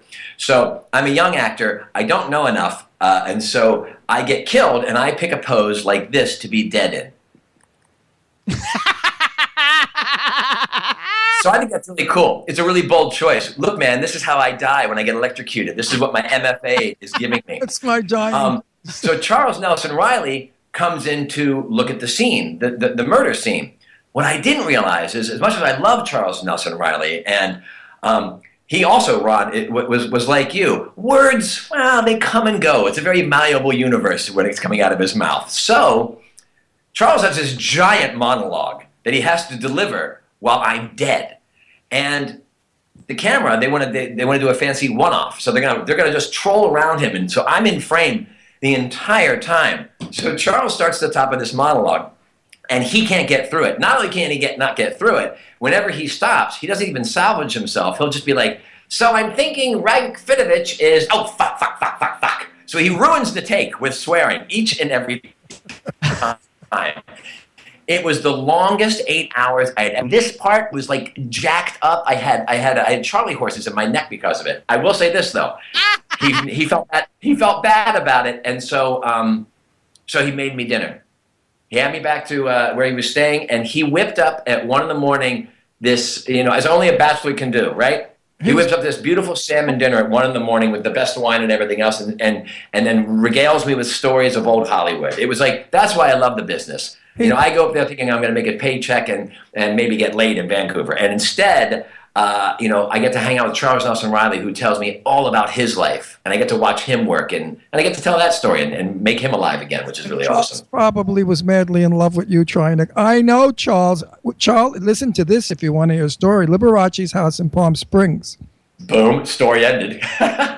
Who's there? Kay Ballard, Paul Lind, Charles Nelson Riley, and Charo. Would you like to be in that crowd of insane people? Don't hit that. One crazier than the other. Paul Lind, I knew for years, from 1961, from the gay bar called The Fawn in New York, where he used to go after work on the Broadway play he was in with Anne Margaret. What was it called? Don't worry about it. Keep going. Anyway, they were notorious. They bitched on. You had to hear Paul Lind dishing Charles, and Charles going back at Paul Lind. I peed myself. It was one of the funniest nights. Then the fags were coming in like crazy. All the gay people from all the bars were coming into Liberace's house, and Lee was running around like, "Hello, everybody! Hello!" All these gorgeous young guys are coming in. It was the craziest party I've ever been to. One of them. Well, now, do you think he was coming on to me because he was suggesting that I'd be perfect for the boys in the band? Well, the boys in the band was really a remarkable piece of work, and a good actor could do it. I think he was trying to find out if you were gay, and that was it. Usually gay people, I know that we have our ways of hinting around. We have gaydar. And to find out. We don't always say who's gay because the people like Tab Hunter, who I know well, I never told anybody Tab was gay until he did his book. And right. I knew that he was lovers with Anthony Perkins and stuff. Rock Hudson, who I knew very well. I didn't know him well enough. Actually, he doesn't know that much about you, but Ron had a show called Set the Record Straight in L.A. For Time Warner on Time Cable. Warner Cable. It was several years ago. It was on for several seasons where he interviewed all the Hollywood's legends. Jane Russell was like one of his best friends, and he interviewed like Tony Curtis and Cloris Leachman. Everybody. He was friends with Elizabeth Taylor, and like so he's old. He's like the old Hollywood, and I'm like the middle-aged Hollywood. I'm like the I'm the Robert Osborne of the gay world. Anyway, if you knew how gay Hollywood was, and I never, like, there's still names I won't say who are gay or bisexual, but Hollywood is notoriously gay. So maybe he was trying to hit on you because you're hot. Of all the course. girls in the chat I room know were saying they Char- love you and how good looking you are. And I have to say, Listen, Charlie, I knew him well enough. I have to say though too. Ron, I'll take the compliment from them. If you're a hot-looking, good-looking guy, Charlie had no shame. Let's put it that way. She had no shame, Charles Nelson Riley. No shame at all. She would come on and she didn't care. And if you punched her, she'd say, "What are you going to do?" So the number didn't go for it. I don't care, but I gave it a shot. That's his attitude. And Paul Lynde was worse. Paul Lynde was notoriously worse. You could be straight and walking with Paul Lynde, and he'd suddenly stop, turn around, walk away, and then come back and say, "That trick had some basket. I just had to get a second look." I mean, that's what these guys were doing. They were wonderful. I'm so sad that we've lost the both of them. They were true, and Joan Rivers was best friend. It was a demented era. You're married. I know you're married from your bio. Is your wife in the business? My wife is. She's a writer-director, as a matter of fact. I saw one of the movies you were in. She was also in it. It didn't say she was married to you, but like I thought maybe that I don't know what movie it was. Maybe Muscle. Yeah, she's you can go to her website, mandyfabian.com. There you go. I saw it on IMDb. I saw it on IMDb. A bunch of award-winning shorts that she's done right now. So. Yeah, which is fantastic. Congratulations with that. So then thing I want to do real quick for everybody. Well, wait, before I forget, I think we should have Charo on the show. I still have Charo's phone number. She lives up in past Thousand Lakes. Don't tell people where Thousand she lives. Oaks. No, past it. Okay. She's got a horse. No, it is past it. She's got a horse farm. And I heard she had horses. I had heard that. Somebody else had mentioned that. Charo breeds South American horses. They're phenomenal. She makes a fortune on these horses. So I did this cool. This. Hang on. You know where I saw her last? No. Left the plastic surgeon's office in Beverly Hills. He was there too. On Spalding. On Spalding. No, but I was there doing something else. I used to live on Spalding. I did too. I was 306 South Spalding Drive. I was between Melrose and Beverly on Spalding. I can't remember the number though. Not Spalding Hollywood, Spalding diagonal to the Beverly Hills High. Oh, okay. Oh, that's fun. Mine was SPAU. I was down in the Fairfax area. Rita Hayworth lived across the street from me. Would you believe that? I was on a star-studded street. It was phenomenal. I miss those days so much. I used to live in an apartment building on DeLongpre, south of Sunset Strip, right behind the House of Blues, and there was a balcony that we had in this apartment. And so, the nights would get late. It was the early 90s, and so we'd sleep out on this bed that we'd put on the balcony, and I'd wake up, and a hearse would show up on the street, and out would dump all of these tourists who would start taking pictures. I'd be there in my bathrobe, rooting through an ashtray, classy to the very end. And they're taking a picture, and I was wondering why. And it's because Marilyn Monroe rented one of the apartments in the complex I was in, literally for like 6 months. Nothing happened there. She just slept there, and they would stop here because it was called the Grave Line Tour, and it was a hearse that would run through Hollywood to all the places that dead people had been. I know that building, but my neighborhood, I had I can't remember the actresses and actors, but everybody was next door. The funniest story that I have is my kitchen window looked into what's her name from Peyton Place, the beautiful brunette girl from Peyton Place, the television series. Oh Jesus, what the hell? Not Lee Merriweather, no. Oh no, the beauty. Okay, it's way back. Anyway, she would wash her underwear and put them on the hedges to dry.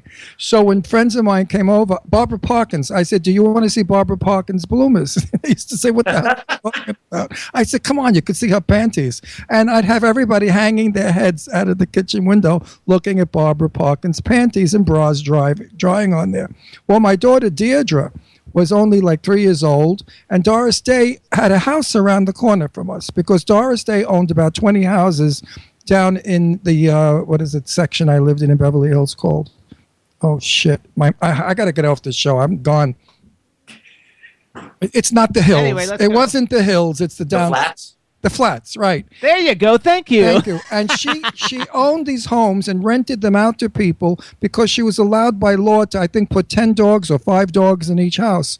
So if you lived in that house, you took care of those dogs for her, and you got a reduction in your rent. Doris Day was wonderful. What an angel. What an angel. Yeah, she's the best. Anyway, my daughter Deirdre went around the corner with David, a relative of Barbara Parkins, who was her age, and they picked the flowers on her lawn, and Doris was there, and she sprayed them with the hose. And my daughter came running around the corner to our house and said, "That crazy lady around the corner." I said, "What lady?" They said, "That lady, you know, one with all the freckles." I said, "Oh, lady with all the freckles, who the hell are you talking about?" I went around the corner, and sure enough, there's Doris with gray hair, not blonde, and freckles, no makeup. And I said, "Did you have to spray the kids?" She said, "Oh, they loved it." So then I said, "Well, don't spray them anymore. It's kind of not nice." Well, she said, "Picking my flowers is not nice either." I said, "Oh, that's like the movie. Please don't pick the daisies." I had to be corny. And Doris started to laugh. And I said, "Listen, I know who you are."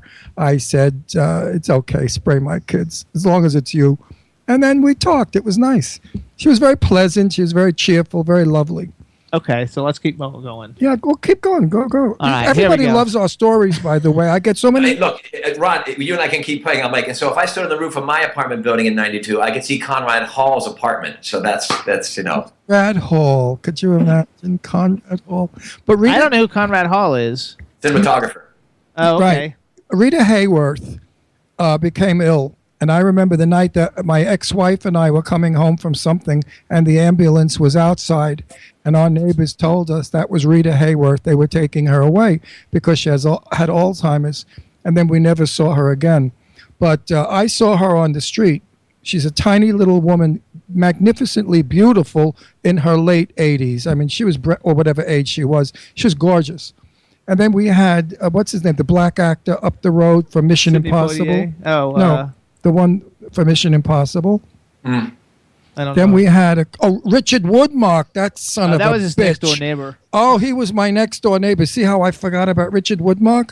The A good neighbor or a bad neighbor? Be honest. evilest man in the world. Evilest man in the world. I see him on TV every day. He was in every movie back in the day. I had a big fight with him. He was screaming at me from his bedroom window, and I was down in the court, and I was yelling up to him, and I said, "Listen, Dan Duryea." I called him Dan Duryea deliberately because that was his thing. They got Dan Duryea because he was like a Richard Woodmark lookalike, an actor alike, to keep Richard in tow. They used to do that back then. Get a lookalike and threaten you with it. So if you weren't behaving, they would have somebody to replace Richard you with. Woodmark was a lousy, nasty drunk who was abusive to my daughter Deirdre. He tortured her, and guess who else? Who? Angelina Jolie. Angie Voigt lived on Roxbury around the corner, and my daughter Deirdre was best friends with Angie. They went to school together, and Angie used to play in my house and swim in our pool. Okay? And he'd be out that window, "Shut those kids up! Shut those..." No. Oh, yes. No. Oh, yeah. And I'd say to him, "Have another drink. Drop dead, you motherfucker." I mean, I would go. So Angelina Jolie or Angie Voigt used to hear that language. She loved it. She used to smile and laugh. Oh, she'd call me by my real name, not my stage name, and say, "Oh, that's funny." Ooh, ooh, ooh, ooh. But oh, my God, how I hated him. When I heard he died, I smiled. That wasn't nice. I don't give a shit. You know, some people earn that. Some people earn that without a doubt. You live next door to him, how he tortured me. Our garages were such that if I got out of my car came out first, he couldn't come out of his. He'd blow that horn. Well, crazy. Give me a minute to get my car out of the way. He was just an impossible lunatic. Wow.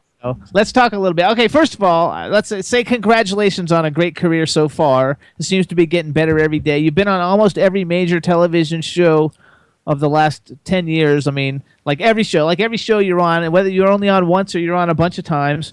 I'm going to, just so people have an idea of some of the shows, and this is just some of them because there's so many I can't write them all down. I wrote down the ones I like because I like to brag for you a little bit. So Criminal Minds, Scandal, Franklin and Bash, Grimm, Shark, Hot in Cleveland, CSI New York, Ugly Betty, Joan of Arcadia, Boston Legal, my favorite, Burn Notice, which I was on, Big Love, Grey's Anatomy, Hawaii Five-0, Desperate Housewives, Private Practice. And then I made a list of people who I thought was impressive that you've worked with.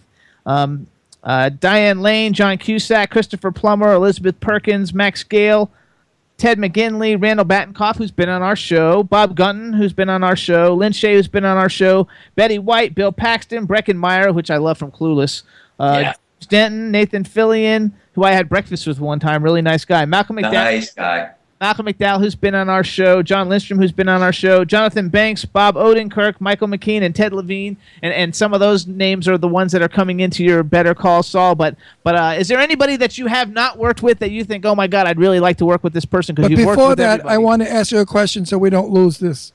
How did you fall madly in love with Diane Lane? Oh, shimmering, ethereal, that whole thing of, I might be a good actor, and I'm very lucky, I know that, but I'm not a star. I don't have that thing, because I've been around people who have that thing. Diane Lane has that thing in spades. She walked onto the set, and it wasn't a diva, you owe me this at all. She couldn't have been more down to earth and more sweet, but when she walked on the set, literally, people just stopped. And they watched her walk on. And it's like everybody wanted to get her a cup of coffee. Everybody wanted to make sure that she was okay. And all she was doing was just being herself. And she sat down across from me because we had this scene where I'm wearing a toupee and I'm a blind date. And I'm supposed to sit there across from her. She sits down. And honest to God, it's that moment where I'm just like, oh, whatever I need to do to have you look at me, I will do it. If I need to kill somebody, just name who. And that was amazing. She was gorgeous. She was ethereal. She was shining. We did our scene. She was gracious. Her laugh was, like that of the gods. And then she swooped in and gave me a hug and a kiss on the cheek. And then she was gone. And my life was less because of it. I mean, she is absolutely phenomenally beautiful, sweet, and tender. And she's an actress, and she's like 7 or 8 years old. So she knows Hollywood well. And I don't think she's a diva. I just think she owns it. There's a difference. No. She's just a natural beauty, but man, she got the work ethic too. She knows how to deliver the goods. I mean, that's the sexiest thing in the world. That's like Jessica Lange is a great picture. There's no doubt about it. But man, she's got the stuff too, and that's what really turns you on. John Lindstrom was in that movie too. Do you know John Lindstrom? We love John. I do not. Oh, he was also on General Hospital. Now he's on it now, and his wife is like an Emmy-winning. We love her too. An Emmy-winning actress, and he was also in. He's been in a lot. Anyway, you should look him up because a lot of the people he's worked with, you've worked with, because your IMDb is like kind of like cross. I really want to get Diane Ladd on our show. Lane. When I know. He knows Diane Ladd too. I know Diane. Diane Ladd. I know Diane. The last time I saw Diane Ladd was at Shelley Winter's 85th birthday. Okay, I can't top that. Shelley's garden. So let's go. But guess what? And Jane Russell was my date. How many men can say they had a date with Jane Russell to go to Shelley Winter's? Not many. You might be the only one. So and now, you know what they did to us when we were there? The press was there because everybody and their mother was there that Shelley ever worked with. It was star-studded. And the press asked me, what's my name? And I said, Ron Russell. They said, oh, you're Jane's son. I said, don't let her hear that. So, are you her husband? I said, yeah, I'm Jane Russell's husband. Because my name is Russell. And I'm her husband, yeah. Jane, And they asked I said, don't let her hear that. Wow. So you somehow now did you? Okay, so let's go. I want to talk about Better Call Saul because we only have 10 minutes left. Okay, so Better Call Saul. He's a good interview. I want more of you. You should have come on earlier. No, we're good. He didn't. He came on earlier than normal too. How fast does this interview? This is going very fast. We've been on the air. I hate to break it to you. You and I talk an awful lot. That's what makes us so wonderful. You're hold both on, though. good Okay, hang looking. on. You're handsome. Okay, so first of all, I have to say too, like, okay, I love Breaking Bad. I watched all of Breaking Bad. I didn't watch Better Call Saul. I just started it the other day. I love it. For anybody who doesn't know, Better Call Saul is like basically one of the hottest shows on television right now. There's 2 seasons that are finished. I don't know. When does the 3rd season start? It won't start till next year, but our 2nd season also, we got nominated for 7 Emmys, including Best Drama. So that comes up on September 18th. So we're thrilled with that kind of accolades, without a doubt, and we're really glad that the viewers have tuned in. And you have 40. The show has 42 nominations and 10 wins before that already. Like that, it's well, one. Breaking Bad does, yes. No, so does Better Call. I got it off of Better Call Saul's. Not Emmys, but like nominations of all these different great awards. Oh yes, yeah. There's been loads of awards and stuff like that. It's been a crazy ride. I've been around for a long time, and it's as you can see, I've been a working stiff, which is great. I got no complaints about that. And I've watched as the person to my left and the person to my right all of a sudden, got on Friends, became ER, and all that sort of thing. Because it happens if you stick around long enough, people are going to matriculate and go into crazy land. And I've been very fortunate and lucky to sort of just keep poking along. And then all of a sudden, this show comes along, and I had not seen Breaking Bad. That was sort of the dirty secret. I auditioned for this without having seen Breaking Bad because, well, my wife was pregnant with our first child. About 9 months when Breaking Bad first came on. So we watched the pilot together, and at the end of the pilot, my wife turns to me and she goes, yeah, I'm not on board with this one. So we stopped watching it. And then we had a second child, so I got really good at Cliff the Big Red Dog. Wait, then it became one of the biggest shows, like in the last 10 years, one of the biggest shows, won every fucking award you could win. Didn't watch it, didn't watch the penultimate one, didn't watch the final season. We were raising kids. I was watching Jake and the Neverland Pirates and Clifford the Big Red Dog. So then I get this audition for Better Call Saul, and I had no pre-knowledge, which I think ultimately was good. So I went in sort of blind to exactly what this deal was. And just lucky for me, I happened to be the answer to the question asked across the table after all these years, and it happened to be with those guys, Vince Gilligan and Peter Gould, and that brain trust. So I got lucky. There's no doubt about it. And then when the show finally was premiered, that's when all of a sudden I got nervous because when the press started up, I was like, oh shit, there's a lot riding on this. I mean, those guys basically took their winnings from Breaking Bad and shoved them all back in the middle of the table and said, let it ride, which I think is just a giant ballsy move, and I'm glad they did. It's been a great ride for the first 2 years, and I hope, here's to no bullets in my character's head this season. You know what I'm saying? Wait, hang on, Patrick. We're moving back to California as soon as we sell our home, and I'm bringing back my show, Set the Record Straight. I'd like to interview you on that show. It's in studio. You and I will be in the studio. It's filmed professionally. It's done like real TV.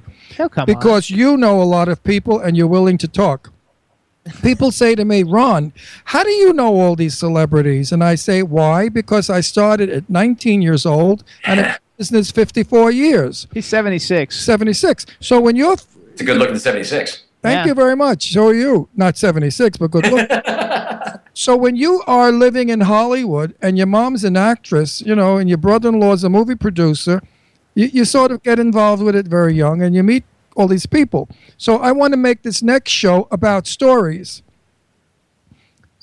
I want celebrities to come on and tell stories because there are so many wonderful Mae West stories or Marilyn Monroe stories that Jane Russell told me that nobody knows about. I'd like to get that all on film. And I know that you could help me do that with stories and a lot of actors and actresses like you. Because kids today, one kid, I said, I was doing a thing in a college, a speech, a lecture, and he's dead looking. I said, I was talking about Barbra Streisand. I said, do you know who Barbra Streisand is? He said, I heard of her. And I just think it's pathetic that so many great stars, like Jane Russell, who was my buddy, I say to people, do you know who Jane Russell is? No, not really. Did you ever see Gentlemen Prefer Blondes with Marilyn Monroe? Oh, yes. Well, she's the brunette. Now, Jane Russell was one of the most famous women in Hollywood ever. I had her poster on my wall in college. Okay, so there you go. Who didn't? She was the most beautiful woman in the world at one time. And great talent. So I know that you've got good stories. I'd love to come on and chat. You kidding me? Although the show's going to have to be 4.5 hours long. You know that. Listen, people will listen. Okay. You can clip it up into a bunch of little shows. Patrick, listen, I tell Jimmy all the time, Jimmy, I love what you do on our show, bringing out the movies and stuff that they do. But people like to hear just a little bit of that. The moment you get into their private lives or they tell stories about other stars, you've got a hit interview. And it's true. Every interview that I've been doing, I've been doing interviews now forever. When I do it, the commercial, it sucks. It's like, okay, so tell me now, what's your Twitter, what's your Twitter, what's your this, what's your that? It's boring. But the minute we get into personal stuff about you and Diane, your interview just blossomed open to a beautiful thing because you're giving the world something they don't know and they can't read in a paper. So I'm going to put you on my list, and I will be calling Okay, you. well, he'll be coming to our house anyway for dinner party. And yeah, With his wife. Where are you, LA? Yeah. Oh, I don't know. The That's Valley. I have two kids. We were living in a house in Silver Lake, and then we had one kid, and we were in Silver Lake, and it was like all the cool kids in Silver Lake with the beards and whatnot. They were like, "Hey, that's cool. You've got a condom. That happens." But then we had a second kid, and then they knocked on the door and they said, "Hey, it looks like you're deliberately trying to have a family. You need to move to the Valley." So we did. So don't say where you live in the Valley because we don't give out where we live. But Silver Lake, we have another guest on that was Silver. I have to go fast. They're telling me. I have stuff to talk about. Okay, Well, let's just do a little bit of this, and you can have the rest you've of the been show. doing it. We have 3 minutes left. Oh shit. Anyway, That's it. No. I would live in Silver Lake in a minute because of the 1920s homes that are up there. It's the best place. Plus, the rolling hills makes you feel like you're hidden away, and then that beautiful reservoir reveals itself. And that used to be a bad neighborhood. That was a drug Oh, neighborhood. it was a shooting gallery. Echo Park is still sketchy. It was all illegal people, I don't know, with Mexicans or whatever they were, that came in that were dealing drugs, shooting each other. It was a very violent place, Silver Lake. Now I understand it's regentrifying itself. It's regentrifying. Wine bars are showing up at the 13th Street gang still likes the tag, so don't worry. The old home's still there. Homes are still in the millions of dollars, right? There's no homes up there for less than... It's stupid out here. It's stupid out here. It's stupid all over the nation. It's particularly stupid in Los Angeles for homes. Absolutely. Right. All right, go back Anyway. real quick. I've got like 4 minutes. Take it away, Jimmy. So you've got Better Call Saul. It's the hottest show on TV. You play Harry Howard Hamlin. I don't know why I was thinking Harry Hamlin, the actor. Howard Hamlin. First of all, I have to say you look great in a suit because I just started watching it, so I'm only I haven't gotten to season 2 yet. I'm almost He's at season 2. handsome with a beautiful smile, nice teeth. Thank you, Robert. I'll have to shout out to Jennifer, the wardrobe designer on that show. She's got those suits. They're tailor made, and I might be a good actor, but I tell you what, I put on that suit of clothes. It's like a knight in shining armor. I throw that on, half my work's already done for me. So when you go out, do people recognize you? Because I mean, now it's one thing when you do cameos on a bunch of shows where people might see you and might recognize you, but now you're like a major player on like a major popular show. Like, when you walk out, do people know who you are, and do they bother you and stuff when you're with your family? People do know me, and they know me more as Howard Hamlin now, but people watch TV differently, so people haven't seen the second season of Better Call Saul. I imagine in about 4 years, I'll be more recognizable because at that point, it will have infiltrated. For the last 15 years, I've pretty much gotten that thing of like, hey, do I know you? Did we go to high school together? Airports were always the thing for me. I'd go walking through airports and people were compelled to stop me because they really thought they knew me. And so then I'd be forced to stand there and run down my resume, which sometimes would be very embarrassing because they would go like, do I know you? And I'm like, well, no, I'm an actor on TV. And they go, oh, well, what do I know you from? And I would go like, I'm from this show. And they go, nope, that's not it. And now we're locked in the game of I to go through my entire fucking resume so you can be as to what it was. And I can guarantee you, it's always like the 10th or 15th thing. Or it's like an episode of Star Trek from 1994. And I'm like, oh, fuck, I was on that for 2 minutes, I tell this story so often, and I don't really give a shit because it's the funniest story in the world. Betty Davis and I were having lunch at La Moustache in Hollywood years ago, and nobody recognized... On Melrose. Yeah, on Melrose, right. Nobody recognized Betty because she had a sailor hat, no lipstick, and big sunglasses. Until she turned around and said, more coffee, in that voice you couldn't. All the gay guys, everybody got up. They came running over to our table. Oh, my God, it's Betty Davis, Betty Davis. Miss Davis, I adore you. I love you. And she turned around and said, of course you do. Of course you do. Of course you do. I'll never forget that. And I sat there hysterical laughing. And when we went out into her Jeep, our Jeep, I said, how could you say that to people? Of course you do. She said, well, they do. So of course they do. All right, we got 1 minute. So Jimmy, anybody who does stop me, I'm always appreciative because you know what? It's great to be known. It's great that somebody's watching the show that you're actually doing. And the fact that you remember you at all is... that's the coin of the realm. I don't get to have the life I get to have if people don't tune in and enjoy what I'm doing. There's no doubt about that. So let me ask you another question. Whatever shirt that you liked, was it your size? I didn't look at the size. I was just flicking through. It was on the Twitter feed, and it went to eBay. It was that white one with the black stripes, and it looked like a pile of skulls that were in the middle in a V sort of pattern. See one in the Twitter feed. Find it's your size. Find the picture and send it to me, and let me know, and we'll send it to you.